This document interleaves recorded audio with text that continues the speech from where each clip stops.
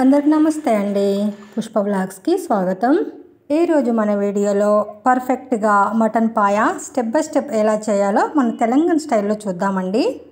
Mutton పాయ మనం వేడి వేడి అన్నంలో వేసుకొని తింటూ ఉంటే ఎలా ఉంటుందో ఒక్కసారి ఊహించుకోండి. నోరూరుతుంది కదా. సూపర్ టేస్టీగా ఎమ్మిగా ఉంటుందండి. చూడండి మన పాయ ఎంత మెత్తగా ఉడికిందో. ఓకే అండి, ఇక మనం వీళ్ళకి వెళ్ళిపోదాం.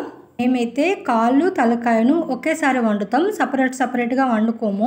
సో ఇవి 4 కాళ్ళు, ఒక తలకాయ అండి. ఇందులో ముందుగా మనము 1 స్పూన్ ఉప్పు, 1 స్పూన్ పసుపు వేసేసుకొని బాగా కలిపేసుకొని ఒక 5 మినిట్స్ పక్కన పెట్టేసుకోవాలి.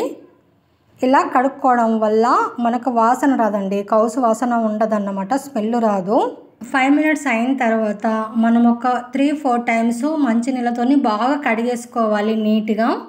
అలా మనం సాల్ట్ కూడా వేసుకున్నాం కాబట్టి ఆ సాల్ట్ అంతా కరిగిపోయేలాగా బాగా కలిపేసుకొని కడిగేసుకోవాలి. ఇలా ఒక 4-5 టైమ్స్ క్లీన్ చేసుకున్న తర్వాత నేను వేరే గిన్నెలోకి తీసేసుకుంటున్నాను. వాడే వాళ్ళైతే కుక్కర్లో వేసేసుకోండి. ఇలా అంతా వేరే గిన్నెలోకి వేసేసుకున్న తర్వాత మనకు ఈ పీసులన్నీ మునిగే వరకు మనం నీళ్ళు పోసుకోవాలి. ఇందులో ఇప్పుడు 1 స్పూన్ ఉప్పు వేసుకోవాలి, 1 స్పూన్ పసుపు, అలాగే 1 స్పూన్ అల్లం వెల్లుల్లి పేస్టు, ఒక 2 స్పూన్ల ఆయిల్ వేసేసుకోవాలి. ఇప్పుడు మనము పొయ్యి మీద పెట్టేసుకొని కలిపేసుకోవాలండి. కుక్కర్లో పెట్టే వాళ్ళైతే ముందుగానే కలిపేసుకొని కుక్కర్లో పెట్టేసుకొని ఒక 5 to 6 విజిల్స్ వచ్చేంత వరకు ఉడికించుకోవాలి. పాయ మునిగేంత వరకు నీళ్ళు పోసుకోవాలండి. నేను ఇంకా కొన్ని నీళ్ళు అయితే యాడ్ చేశాను. పాయ ఎంత బాగా ఉడికితే అంత టేస్ట్గా ఉంటుంది కర్రీ. కట్టెల పొయ్యి మీద అయితే నాకు 15 మినిట్స్ టైం పడుతుందండి. 15 మినిట్స్లో పాయ చాలా బాగా ఉడికిపోతుంది. పాయ అలా ఉడుకుతూ ఉంటుందండి. ఇప్పుడు మనం మసాలా ప్రిపేర్ చేసుకుందాం. 10 మిరియాలు, 10 లవంగాలు, 4 దాల్చిన ముక్కలు, 4 ఇలాచీలు, 2 స్పూన్ల సాజీరా, 2 స్పూన్ల ధనియాలు వేసేసుకొని సన్నగా పౌడర్ చేసుకోవాలండి. మిక్సీలో వేసుకోవాలనుకునే వాళ్ళు వేసుకోండి. నేనైతే రోట్లోనే దంచుకుంటానండి, టేస్ట్ ఇంకా బాగుంటుంది. నాన్ వెజ్లకైనా బిర్యానీలోకైనా మసాలాలు అప్పటికప్పుడు ఫ్రెష్గా వాడాలండి, అప్పుడు ఇంకా సూపర్ టేస్ట్ కుదురుతాయి రెసిపీస్. పౌడర్ చేసుకొని మనం ఒక బౌల్లోకి తీసేసుకొని పక్కన పెట్టేసుకుందాం. పాయ ఎక్కడి వరకు వచ్చిందో చూద్దామండి. సగం అయితే పాయ ఉడికిందండి. ఈ స్టేజ్లో ఉన్నప్పుడు ఒక 5 మిరియాలని మనం పౌడర్గా దంచుకొని అందులో వేసేసుకొని కలిపేసుకోవాలి. ఓకే అండి, ఆల్మోస్ట్ మన పాయ అయితే ఉడికింది. ఇంకొద్ది సూప్ ఉండని అది కూడా మనకు యూజ్ అవుతుంది. ఇంకొక సైడు మట్టి పాత్ర పెట్టేసుకొని అందులో 2 కప్పుల ఆయిల్ వేసేసుకోవాలి. పాయకు కొద్దిగా ఆయిల్ ఎక్కువ ఉంటేనే టేస్ట్గా ఉంటుందండి. కాస్త వేడయ్యాక మనం కట్ చేసుకున్న ఆనియన్స్ ఒక సగం కప్పు వేసేసుకొని బాగా కలిపేసుకోవాలి. ఇందులోనే మనం ఒక 5 పచ్చిమిర్చిని కూడా కట్ చేసేసుకొని వేసేసుకోవాలి. కొంచెం పచ్చి వాసన పోయేంత వరకు మనం వేయించుకున్న తర్వాత ఇందులో 1 స్పూన్ పసుపు, 2 స్పూన్ల అల్లం వెల్లుల్లి పేస్ట్ వేస్తున్నానండి నేను. పాయలు కూడా వేసుకున్నాం 1 స్పూను. ఇప్పుడు బాగా కలిపేసుకొని మనకు పచ్చి వాసన పోవాలి అల్లం వెల్లుల్లి పేస్ట్ కూడా. ఇప్పుడు ఇందులో టేస్ట్కి సరిపడా సాల్ట్ వేసుకోవాలి. పాయలు కూడా వేసుకున్నాం, గుర్తుపెట్టుకోవాలి. మనకు ఆనియన్స్ బాగా వేగి ఆయిల్ పైకి వచ్చిన తర్వాత ఒక 4 టమాటాలని సన్నగా కట్ చేసుకొని వేసేసుకోవాలి. కాస్త మెత్తగైతే సరిపోతుందండి. ఇప్పుడు మనం పాయను సూపును సపరేట్ చేసేద్దాం. కట్టెల పొయ్యి మీద ఉడికించాం కదా, మన 15 మినిట్స్లో అయితే మెత్తగా ఉడికిపోతుందండి, సూపర్ ఉడుకుతుంది. నైట్ 9 అవుతుందండి నేను కర్రీ వండేటప్పుడు, అందుకే కొద్దిగా లైటింగ్ ప్రాబ్లం ఉండొచ్చు, కొద్దిగా అడ్జస్ట్ చేసుకోండి ప్లీజ్. ఇలా మనం పాయని అలాగే మన సూపుని సపరేట్ చేసుకోవాల్సి ఉంటుంది. చాలామంది మేక కాళ్ళు సపరేట్గా, మేక తలకాయ సపరేట్గా చేస్తూ ఉంటారు. బట్ మేమైతే అలా చేయమండి, నాకు మొదటి నుంచి ఇదే అలవాటు.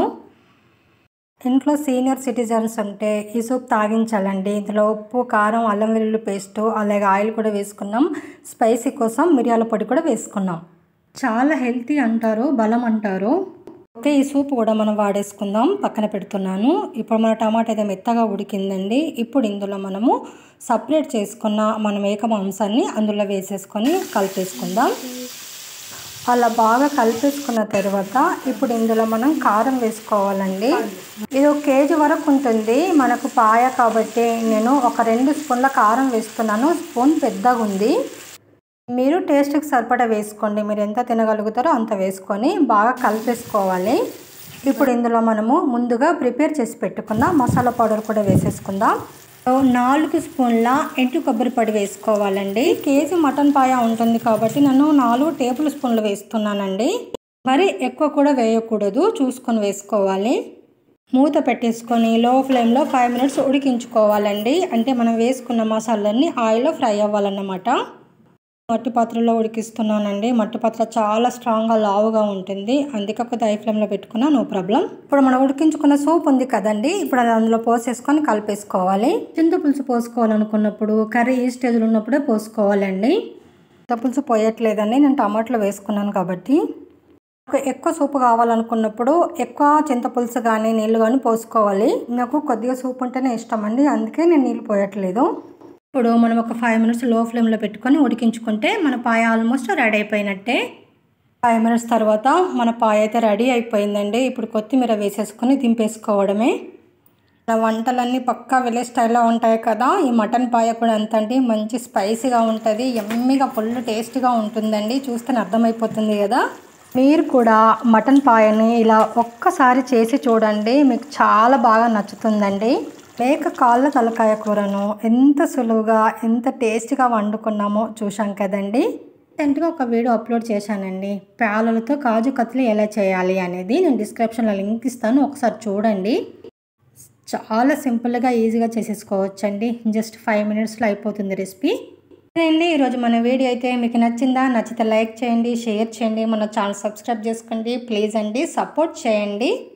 అలాగే ఇలాంటి మంచి మంచి విలేజ్ వంటల కోసం, ఈజీ అండ్ సింపుల్ రెసిపీస్ కోసం మన ఛానల్ని ఫాలో అవుతూనే ఉండండి. Thank for watching.